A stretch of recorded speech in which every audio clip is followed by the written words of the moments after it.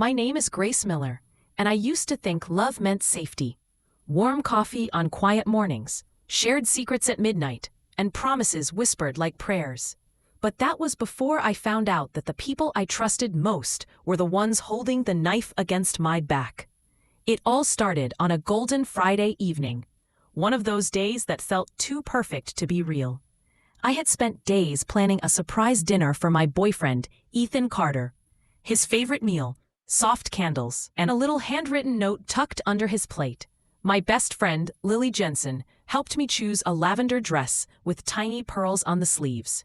She laughed when I twirled in front of the mirror and said, "You look like someone in love." I didn't know she was the one helping love break me. The clock hit 6:05 p.m. He was late. At 6:20, I sent him a message. No reply. By 6:45, I called him.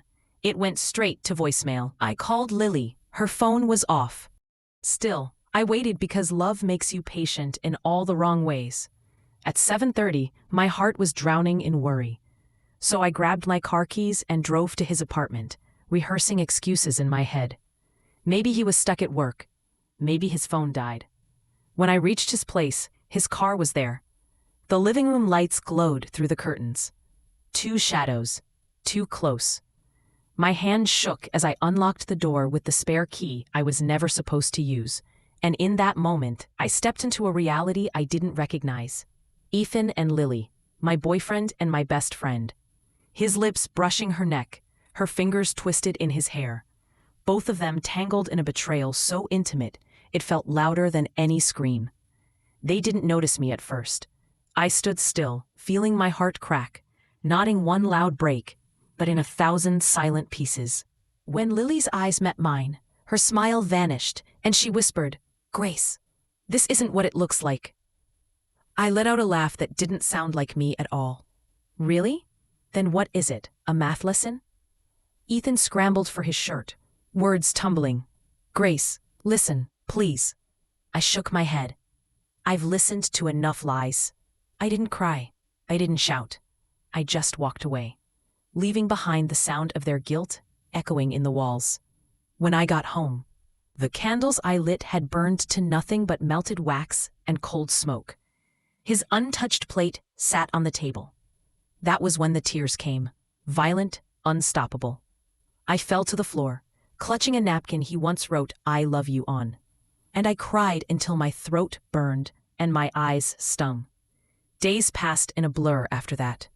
I didn't eat. I didn't sleep. I deleted their photos, blocked their numbers. But heartbreak doesn't disappear from memory like data from a phone. It lives in your bones, in every breath. Then one morning, I looked at myself in the mirror, a ghost with swollen eyes and cracked lips. And I realized I couldn't stay. Not in this house, not in this city, not in this version of myself. So I packed 2 suitcases, wrote a note for my parents. "I need to leave. Please don't come after me. I love you." And I bought a ticket to Willow Springs, a small coastal town I had only ever seen in postcards. When the train pulled away, everything familiar disappeared behind me. My home, my pain, my old self. Willow Springs smelled like sea salt and fresh bread. I rented a small attic room above a bakery owned by a kind old woman named Mrs. Reynolds, who didn't ask questions. She just handed me warm croissants every morning and said, "Eat, sweetheart. Life hurts less with bread." I got a job in a seaside art cafe, painting watercolor postcards for tourists. People smiled at me without knowing I was broken, and that made it easier to breathe. But nights were the hardest.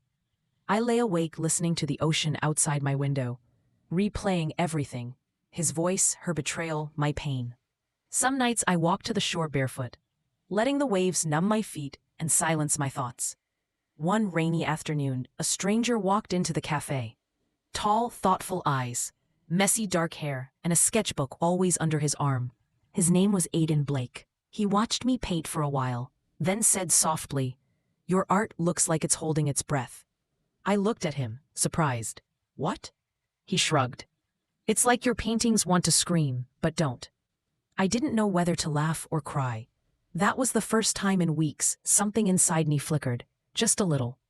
Aiden started visiting the cafe every day. He'd sit by the window, sketching the world. Old couples holding hands, seagulls stealing fries, waves crashing against rocks. Slowly, gently, life began to return to me. I laughed again. I painted sunsets that didn't feel sad. I learned the names of the locals. I found my favorite bench near the pier and my favorite song on the cafe radio. Healing wasn't sudden. It was quiet, like the tide coming in. One evening, months later, I stood in front of the mirror and didn't see a broken girl. I saw someone who survived, someone who was trying, someone who was enough, just as she was. But life isn't a movie that ends neatly. One afternoon, my phone buzzed with a message that made my hands go cold. "Ethan, I'm in Willow Springs. Can we talk? Please."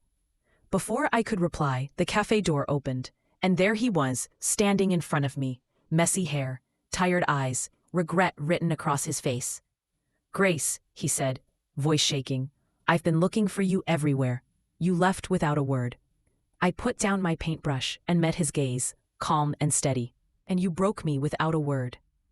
He took a step closer. "I made a mistake. Lily, she meant nothing. I only want you." I almost laughed. "If I meant everything, you wouldn't have looked for something in her." His eyes filled with tears. "Can you ever forgive me?" I sighed. "Maybe someday. But forgiveness doesn't mean I want you back." His voice cracked. "Do you still love me?" I felt the ocean breeze through the open window, smelled fresh paint and coffee, and for the first time, I wasn't drowning. "I loved you so much it destroyed me," I said quietly. "But now I love myself more, and that saved me." He left with tears in his eyes, but I didn't chase him. I didn't cry. That night, I sat on the shore with Aiden. He didn't ask what happened. He just sat beside me, silent, watching the waves crash against the sand. After a while, I whispered, "You were right. Running away didn't mean I was lost. It meant I was finally choosing me." He turned to me, a small, knowing smile on his face. "And how does it feel?" I took a deep breath, the wind brushing my hair, the sea whispering new beginnings at my feet. Like I'm finally breathing. And for the first time since everything fell apart, I realized I wasn't broken anymore. I was rebuilding, slowly, beautifully. My name is Grace Miller, and this is not the story of how I was destroyed. It's the story of how I chose myself, learned to stand again, and decided that being loved is beautiful, but loving myself will always be enough. Even now, when I look back at everything that happened, I don't see a story of heartbreak anymore.